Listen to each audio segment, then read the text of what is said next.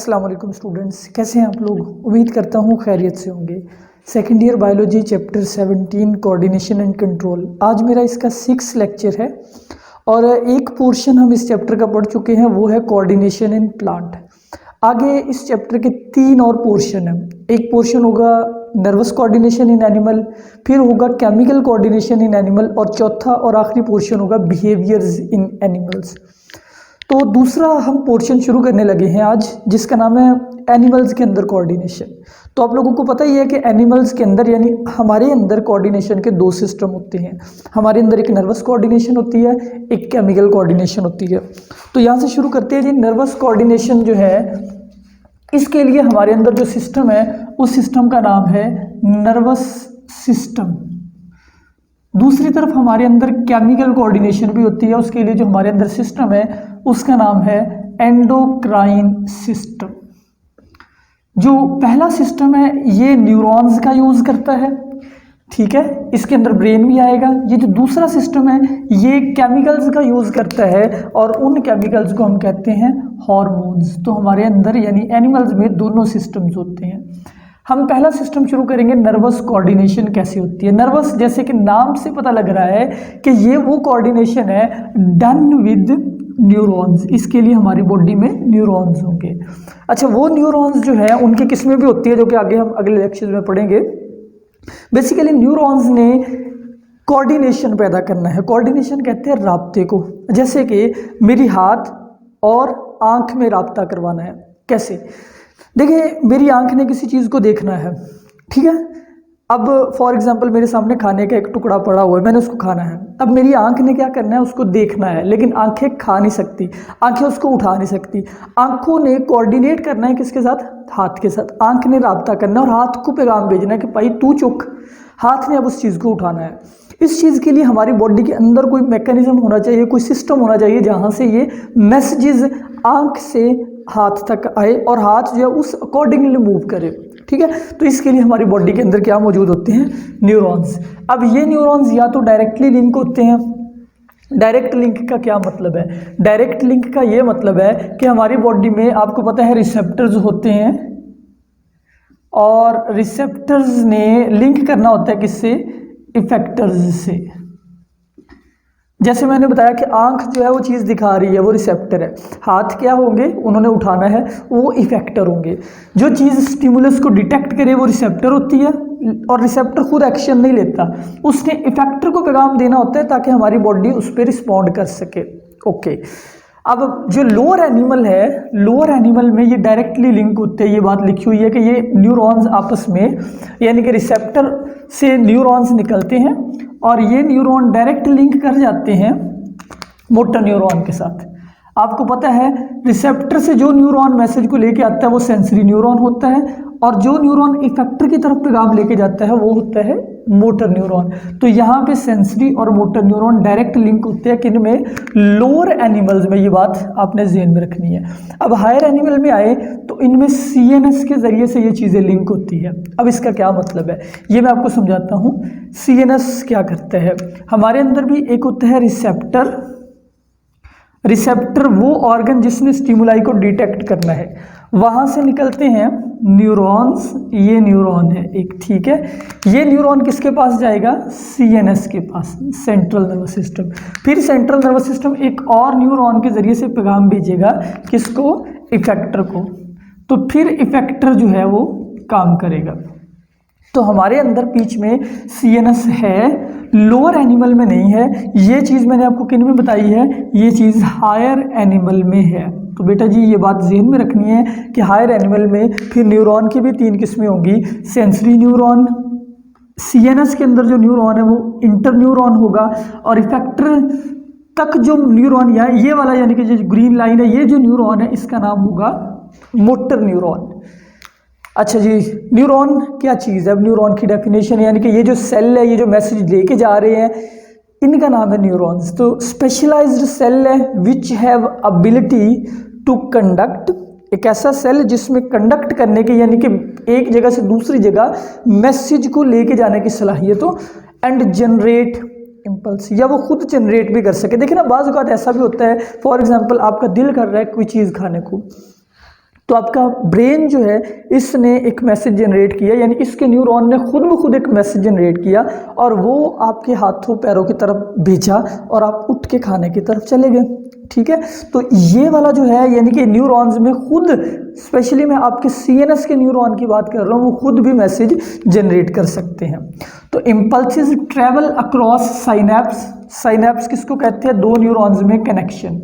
For example ये एक neuron है, ये मैसेज लेके जा रहा है, यहाँ पे आके ये न्यूरॉन ख़त्म हो गया, अब यहाँ से शुरू होगा अगला न्यूरॉन। ठीक, ये अगला न्यूरॉन है। तो इन दोनों न्यूरॉन में ये जो गैप है, इस गैप का नाम है साइनैप्स। एक न्यूरॉन से दूसरे न्यूरॉन पे जिस मुकाम पे मैसेज जाता है वो मुकाम साइनैप्स है। तो साइनैप्स के मुकाम पे नर्व इम्पल्स जो है, यानी कि जो मैसेज है वो एक न्यूरॉन से दूसरे की तरफ जाता है। इन शॉर्ट आखिर पे आपको बताऊंगा कि रिसेप्टर जो है ये रिसीविंग ऑर्गन होते हैं जिन्होंने चेंजेस को डिटेक्ट करना है। इनसे निकलते हैं सेंसरी न्यूरॉन। सेंसरी न्यूरॉन वो मैसेज दे देते हैं आपके सीएनएस को, और सीएनएस से वो मैसेज जाता है मोटर न्यूरॉन के ज़रिए से आपके इफेक्टर को, और फिर इफेक्टर क्या करते हैं? दे शो इफेक्ट, दे शो रिस्पॉन्स, यूं कोऑर्डिनेशन होती है। तो अब आज का हमारा दूसरा टॉपिक जो है वो होगा, बेसिकली ये लॉन्ग क्वेश्चन होगा, रिसेप्टर्स। रिसेप्टर्स लॉन्ग क्वेश्चन है, अहम है, पेपर्स में आया हुआ है पहले।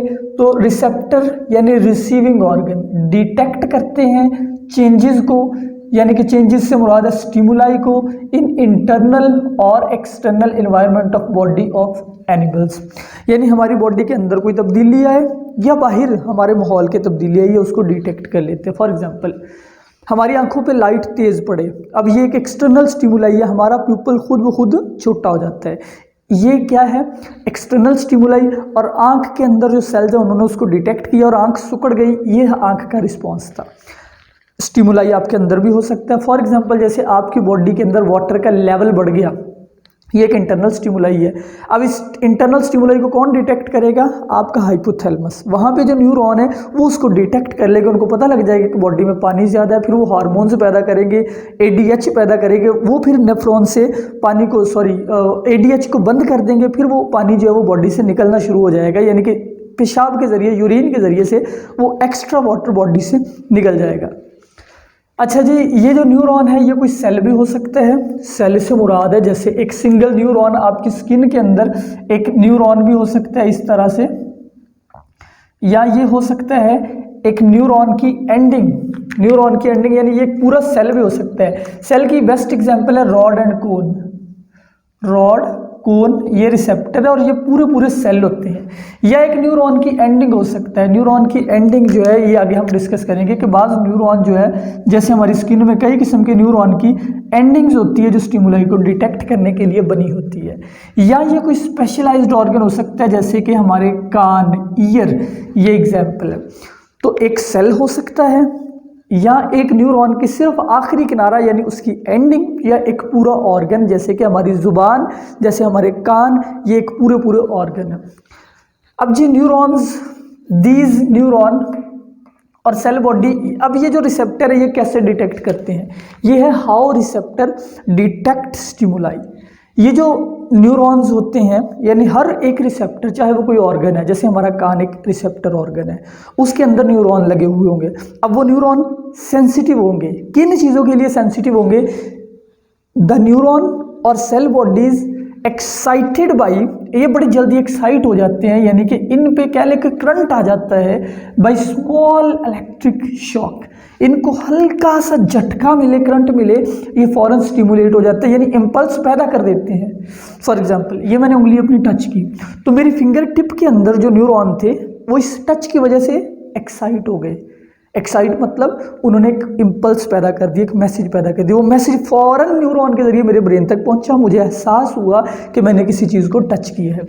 दूसरी चीज़ ये मैकेनिकल चेंजेस से भी डिटेक्ट, मतलब कि स्टिमुलेट होते, एक्साइट होते हैं। मैकेनिकल चेंज जो फिजिकल चेंज हो, जैसे टच हो, प्रेशर हो, इस तरह की चीज़ें। और इसी तरीके से लाइट, जैसे हमारी आंखों के अंदर जो रॉड और कोन है वो सेंसिटिव होते हैं, वो एक्साइट होते हैं लाइट की वजह से, या ये टेम्परेचर की वजह से भी। जैसे हमारी स्किन के अंदर टेम्परेचर रिसेप्टर्स मौजूद है, वो टेम्परेचर जब बढ़े या कम हो वो फ़ौरन एक्साइट हो जाते हैं, वो फ़ौरन इम्पल्स पैदा कर देते हैं और सीएनएस को भेज देते हैं। अब इस टॉपिक का सबसे अहम हिस्सा रिसेप्टर्स की टाइप। रिसेप्टर की दरअसल हम 5 टाइप्स है जो यहाँ पे मेंशन है।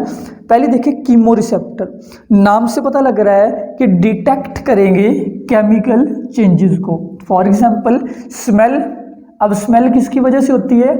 जैसे आपको खुशबू आ रही है तो हवा के अंदर केमिकल्स है, उन केमिकल्स को कौन डिटेक्ट करता है? आपके नाक के अंदर ऑल्फैक्टरी न्यूरॉन्स, ऑल्फैक्शन सूंघने को कहते हैं। फिर टेस्ट कहाँ पे होता है? जुबान के अंदर टेस्ट बड्स होते हैं, वो भी केमिकल्स के लिए सेंसिटिव होते हैं। मीठा, नमकीन, कड़वा, मुख्तलिफ तरह के जो जायके हैं उनको डिटेक्ट करते हैं। फिर CO2 की कंसनट्रेशन, CO2 आपके ब्लड में कम है, ज़्यादा है। जैसे फॉर एग्जांपल मैं एक्सरसाइज करूं, ठीक है, ज़्यादा एक्सरसाइज करूं तो मेरी बॉडी जो है वो ज़्यादा काम करेगी, CO2 बढ़ जाएगी। अब वो CO2 बढ़ के किधर जाएगी? ब्लड में। ब्लड किधर जाएगा? ब्रेन में। ब्रेन में हाइपोथैलेमस है, वो ब्लड जैसे ही जिसमें CO2 ज़्यादा है हाइपोथैलेमस में पहुंचेगा, हाइपोथैलेमस में सेंसर्स लगे हुए हैं, वो सेंसर्स पता लगा लेंगे कि ये बंदा काम ज़्यादा कर रहा है। फिर वो हाइपोथैलेमस पैगाम भेजेगा आपके रिब मसल को, और रिब्स तेज़ी से सिकुड़ेंगी आपके डायाफ्राम को, डायाफ्राम तेज़ी से सिकुड़ेगा, यूँ आपका ब्रीथिंग रेट बढ़ जाएगा। ये देखें कि कैसे रिसेप्टर से इफेक्टर तक पैगाम भेजा गया। Glucose, amino acid, fatty acid, ये सब के सब आपको पता है फूड पार्टिकल है, ये सब के सब इनको भी हाइपोथैलेमस डिटेक्ट करता है। तो कीमो रिसेप्टर्स वैसे तो आपके और जगह पे भी है, जैसे जुबान में भी है, नाक में भी है, बट एक एग्जांपल यहाँ पे मेंशन कर रहा हूँ। हाइपोथैलेमस के अंदर कीमो रिसेप्टर होते हैं, ये CO2 को बेसिकली डिटेक्ट कर रहे होते हैं और उसके साथ आपके रिब्स को पैगाम भेज रहे होते हैं ताकि आपके ब्रीथिंग रेट को कंट्रोल किया जाए। दूसरे रिसेप्टर है मैकेनो रिसेप्टर। मैकेनो लफ्ज़ का मतलब होता है मैकेनिकल चेंज, या आप कह सकते हैं कोई फिजिकल चेंज, फिजिक्स से रिलेटेड चेंज। जैसे कि बेसिकली मैकेनो रिसेप्टर 2 चीज़ों को डिटेक्ट करते हैं, फोर्स को और मोशन को। ये फिजिक्स की टर्म है, फोर्स मोशन। तो डिटेक्ट मैकेनिकल चेंजेस, जैसे टच, किसी चीज़ ने आपको टच किया, आपके ऊपर प्रेशर पड़ा। हियरिंग, क्योंकि साउंड जो है वो भी एक मैकेनिकल वेव्स होती है जो मीडियम की वजह से ट्रैवल करती है, विदाउट मीडियम साउंड की वेव्स ट्रैवल नहीं कर सकती, आपको पता ही है। और इक्विलिब्रियम, ये भी मूवमेंट से रिलेटेड एक टर्म है। तो इन सब चीज़ों के जो रिसेप्टर हैं वो मैकेनो रिसेप्टर्स कहलाते हैं। ये कहाँ होते हैं और किस तरह के? भाई ये एक फ्री नर्व एंडिंग हो सकती है, ये एक्सपेंडेड टिप एंडिंग हो सकती है, ये स्ट्रे एंडिंग हो सकती है। अब तीनों ही मैं बताता हूँ कि ये कैसे होते हैं। तो फ्री नर्व एंडिंग जो है वो दरअसल एक न्यूरॉन की एंडिंग है। जैसे एक न्यूरॉन है, इस न्यूरॉन की जो एंडिंग है अगर वो यूं हो उसको बोलेंगे फ्री नर्व एंडिंग। ये जो एंडिंग है इसमें ये जो सेल है ये स्पेशली बने हुए हैं स्टिमुलस को डिटेक्ट करने के लिए, टच वगैरह को, प्रेशर वगैरह को। जो एक्सपेंडेड टिप एंडिंग है वो इस तरह की, उस न्यूरॉन की टिप जो है वो काफ़ी फैली हुई होती है, इस तरह की टिप भी हो सकती है। ये एक्सपेंडेड टिप है, ठीक है, ये एक्सपेंडेड टिप है। अच्छा भाई, एक्सपेंडेड टिप की एक एग्जांपल भी आपको दे रहा हूँ, उसका नाम है मर्कल्स रिसेप्टर। मर्कल, MARKEL, मर्कल्स, ये एग्जाम्पल है। इसी तरीके से स्ट्रे एंडिंग भी हो सकती है। अब स्ट्रे एंडिंग क्या है? स्ट्रे एंडिंग मैं यहाँ पे बनाता हूँ। स्ट्रे एंडिंग एक ऐसी न्यूरॉन की एंडिंग हो जो काफ़ी फैली हुई हो, जो दूर तक जा रही हो, ऐसे मतलब जो इधर उधर ऐसे। स्किन के अंदर हमारी में ये वाली एंडिंग भी होती है, स्ट्रे वाली एंडिंग भी। तो ये 3 तरह के होते हैं। इसके अलावा एनकैप्सुलेटेड एंडिंग भी हो सकती है। ये एक एनकैप्सुलेटेड एंडिंग भी मैं बना देता हूँ। ये एक एनकैप्सुलेटेड एंडिंग है, ऐसी एंडिंग जिसके ऊपर कोई कैप्सूल लाइक स्ट्रक्चर चढ़ा हुआ। अच्छा भाई, फोटो रिसेप्टर, ये मैकेनो रिसेप्टर ज़्यादातर आपकी स्किन में है, इसके अलावा कानों के अंदर भी है। एक और यहाँ पे साइड में बॉक्स लिखा हुआ है, उसके अंदर भी एक इन्फॉर्मेशन है, वो भी यहीं पे पढ़ ले। इंटरनल मैकेनिकल रिसेप्टर, हमारी बॉडी के अंदर भी मैकेनिकल रिसेप्टर्स होते हैं, इनसाइड चेंजेस को डिटेक्ट करते हैं हमारी बॉडी के अंदर, क्योंकि इंटरनल मूवमेंट्स भी होती है। जैसे आपका स्टमक हिल रहा होता है, उसकी मूवमेंट को भी डिटेक्ट किया जा रहा होता है।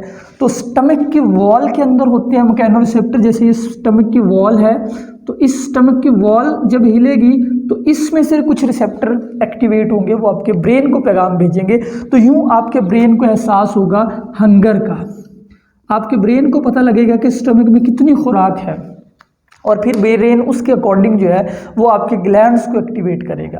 इसी तरीके से स्ट्रेच रिसेप्टर मौजूद होते हैं। स्ट्रेच रिसेप्टर कोई ऐसा रिसेप्टर जब उसके ऊपर प्रेशर लगे वो फैले, वो हमारे कहाँ पे होते हैं? इन कैरोटिड आर्टरी। कैरोटिड आर्टरी कौन सी होती है? हमारे दिल से जब एओर्टा निकलती है, जैसे ये आपका दिल है, तो दिल से आपको पता है एओर्टा निकलती है। एओर्टा से जो ब्रांच आपके हेड की तरफ जाती है उसको कहते हैं कैरोटिड आर्टरी। तो इस कैरोटिड आर्टरी के बेस पे यहाँ पे कुछ स्ट्रेच रिसेप्टर होते हैं, यानी कुछ न्यूरॉन्स होते हैं। वो न्यूरॉन जैसे ही एओर्टा का प्रेशर बढ़ेगा वो आपके दिमाग को फौरन मैसेज देंगे। तो यूं आपके ब्रेन को ये तक पता होता है कि आपकी बॉडी का प्रेशर क्या है। ब्रेन उसको नॉर्मल करने की कोशिश भी करता है और करता भी है। कब ब्लड प्रेशर बढ़ाना है, कब कम करना है, ये सारा कुछ हमारे ऑटोनॉमिक नर्वस सिस्टम के कंट्रोल में होता है। बट कुछ एबनॉर्मेलिटी हो सकती है। अब इस पे आप ये ना कहिएगा कि हमारा ब्लड प्रेशर फिर आगे पीछे क्यों होता है। भाई उसकी वजह कोई एक्सटर्नल या कोई इंटरनल एबनॉर्मेलिटी होती है जब ब्लड प्रेशर ऊपर नीचे होता है। अच्छा, इसी तरीके से हमारे एओर्टा के अंदर, एओर्टिक आर्टरीज के अंदर भी स्ट्रेच रिसेप्टर मौजूद है, यानी कि ये एओर्टा जो नीचे की तरफ आती है इसमें भी है। और फिशेस के अंदर जो ब्रोंकियल वेसिस है, ब्रोंकियल वेसिस वो वेसल जो उनके गिल्स की तरफ जाती है, वहाँ पे मौजूद होते हैं स्ट्रेच रिसेप्टर जो ब्लड प्रेशर बताते हैं कि कितना है और ब्लड फ्लो कितना रखना है गिल्स की तरफ। अच्छा, अभी मैकेनो रिसेप्टर के बाद आगे बढ़ते हैं फोटो रिसेप्टर, डिटेक्ट लाइट। जैसे आपको पता ही है कि फोटो जो है लाइट को कहते हैं, ये एक्चुअली इलेक्ट्रोमैग्नेटिक रिसेप्टर है। आपको पता है कि लाइट जो है उसकी वेव्स को कहते हैं इलेक्ट्रोमैग्नेटिक वेव्स। ऐसी वेव्स जिनको गुजरने के लिए मीडियम की ज़रूरत नहीं होती, बगैर किसी खाली जगह के मीडियम के भी लाइट गुजरती है।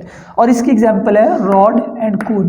भाई ये मैंने रॉड बनाया है, रॉड एक सिंगल सेल है, उस रॉड का ये न्यूक्लियस है, और देखिए इसको रॉड इसलिए कहते हैं ये रॉड जैसा है।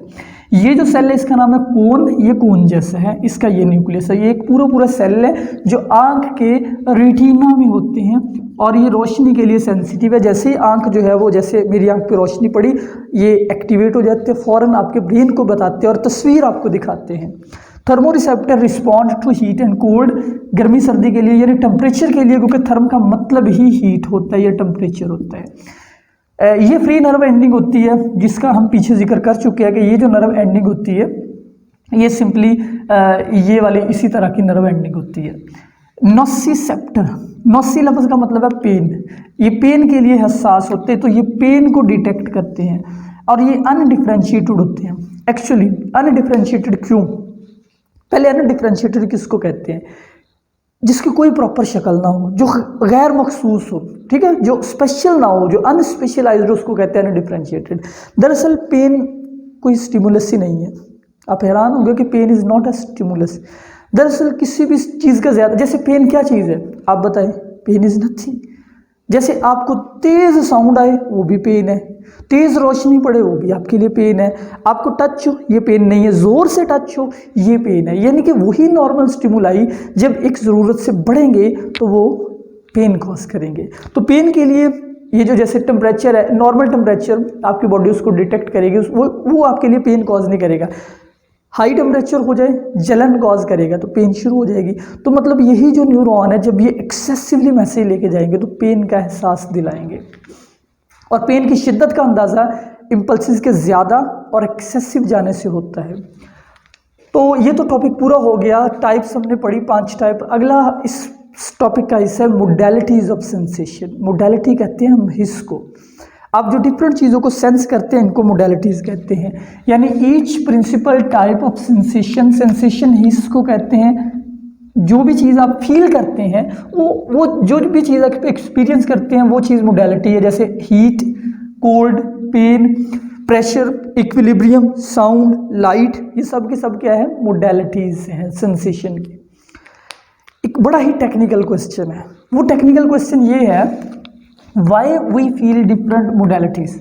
हमारे जो न्यूरॉन है वो मैसेज ही कंडक्ट करते हैं। जैसे किसी चीज़ को हमने टच किया, यहाँ पे मैसेज एक ब्रेन में की तरफ चला गया।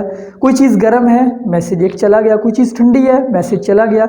उंगली से चारों मैसेज, गर्म का भी, ठंडे का भी, पेन का भी, प्रेशर का भी, हीट का भी, कोल्ड का भी।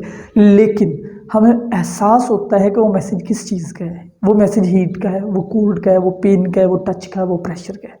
How can we detect different modalities in spite the fact our neuron only conduct impulses. यानी पेन का इम्पल्स भी सेम एक इलेक्ट्रोकेमिकल वेव होगी, जो प्रेशर है वो भी एक इलेक्ट्रोकेमिकल वेव होगी, जो टच है वो भी एक इलेक्ट्रोकेमिकल वेव की फॉर्म में जा रहा होगा। कोई फर्क नहीं है, सारे इम्पल्सिस एक जैसे होते हैं। तो दिलचस्प सवाल, फिर हमें कैसे पता लगता है कि ये इम्पल्स पेन का, ये प्रेशर का, ये टच का? आंसर सुने, 2 पॉइंट। ईच नर्व ट्रैक्ट का मतलब है न्यूरॉन का जो रास्ता है, ठीक है, पाथवे को कहते हैं, रास्ते को कहते हैं। टर्मिनेट का मतलब होता है खत्म होना, फिनिश होना। Terminate in a specific point at CNS. हर न्यूरॉन जो मैसेज लेके जाते हैं वो हमारे सीएनएस में खास जगह पे जाके खत्म हो जाता है, वहां पे जाके बंद हो गया वो neuron. Type of sensation is determined by the point of CNS. तो जिस पॉइंट पे आके खत्म हुआ वो पॉइंट किसका होगा? Where fibre leads. अब इसको एग्जांपल से समझाता हूँ। भाई ये हमारे ब्रेन के 4 पार्ट में बना लेता हूँ। इस पार्ट को मैं कह देता हूँ ये टच वाला पार्ट है, इस पार्ट को कह देता हूँ पेन वाला पार्ट है, इस पार्ट को कह देता हूँ ये विजुअल पार्ट है यानी आंखों वाला पार्ट है, और ये जो है ये हीट वाला पार्ट है। तो एक न्यूरॉन, बेशक आपकी स्किन है, ये स्किन के अंदर न्यूरॉन है, एक न्यूरॉन जो टच को डिटेक्ट करेगा वो मैसेज लेके जाएगा और कहाँ जाके ख़त्म हो जाएगा? टच वाले एरिया में। तो इस एरिया के अंदर मैसेज वो आएगा जो टच का होगा। इसी तरीके से एक और न्यूरॉन है, वो आंखों की तरफ से आ रहा है, वो मैसेज लेके कहाँ आएगा? विजुअल कॉर्टेक्स में आएगा, कहीं और नहीं जाएगा। इसी तरीके से जो भी मैसेज विजुअल कॉर्टेक्स में आएगा वो पता होगा कि वो लाइट का ही है, जो मैसेज यहाँ पे आएगा वो पेन का ही होगा। तो मतलब कि न्यूरॉन हमारी स्किन से जो जाते हैं ये डिफरेंट चीज़ों को जो लेके जा रहे होते हैं, सारे मैसेजेस एक जैसे होते हैं, लेकिन ये ब्रेन के डिफरेंट जगहों पे जाते हैं। ये बिल्कुल ऐसे ही है कि हमारे ब्रेन में कह ले छोटे छोटे ऑफिसेज है, हर ऑफिस एक अलग हिस्से को डील कर रहा है। कोई देखने के हिस्से को, कोई सुनने की चीज़ को, कोई पेन को, कोई प्रेशर को, कोई इक्विलिब्रियम को। तो उस हिस्से में यानी उस कमरे में जो भी मैसेज आएगा उस हिस्से को पता है कि ये मैसेज मेरे ही काम का है। यानी टच वाले हिस्से में सिर्फ टच वाले मैसेज जाएंगे, पेन वाले हिस्से में सिर्फ पेन वाले, प्रेशर वाले में सिर्फ प्रेशर वाले। दूसरा, each receptor specialized for different stimuli. हर एक जो रिसेप्टर ऑर्गन है वो एक अलग स्टिमुलाई के लिए बना हुआ है। जैसे हमारी आंखें लाइट को डिटेक्ट करती है, साउंड को नहीं। तो आंखों से जो भी मैसेज जाएगा वो लाइट का ही होगा, वो साउंड का नहीं होगा। कानों से जो भी मैसेज जाएगा वो लाइट का नहीं होगा, वो साउंड का होगा। तो रिसेप्टर ऑर्गन्स डिफरेंट है, ठीक है। तो ये हम इस तरह से चीज़ों में डिफ्रेंशिएट करते हैं। रिसेप्टर्स जो है वो हमारे इस तरह से, हमारा ब्रेन जो है वो सीएनएस जो है वो अलग अलग रिसेप्टर्स को, अलग अलग मैसेजेस को अलग अलग आइडेंटिफाई करता है। तो ये था आज का लेक्चर। होप आपको सारा समझ आ गया होगा। अगर कोई क्वेश्चन है तो वो आप मुझसे कमेंट में पूछ सकते हैं। अपना ख्याल रखिए। अल्लाह हाफिज़।